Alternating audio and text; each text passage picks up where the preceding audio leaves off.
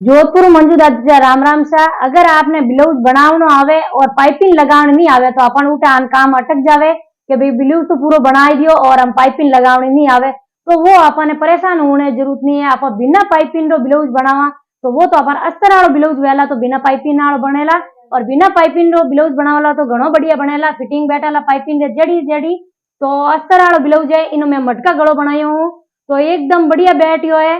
अपने अस्तर है जो सिलाई लगा अपन इन पाछू फोल्ड कर दा एंड पाइपिंग लगाने रे अपने जरूरत नहीं है। अगर अपने नहीं आवे पाइपिंग तो अपन टेंशन नहीं लेवा, नहीं जना अपन डोराड़ी या कपड़ा री पाइपिंग लगा सका।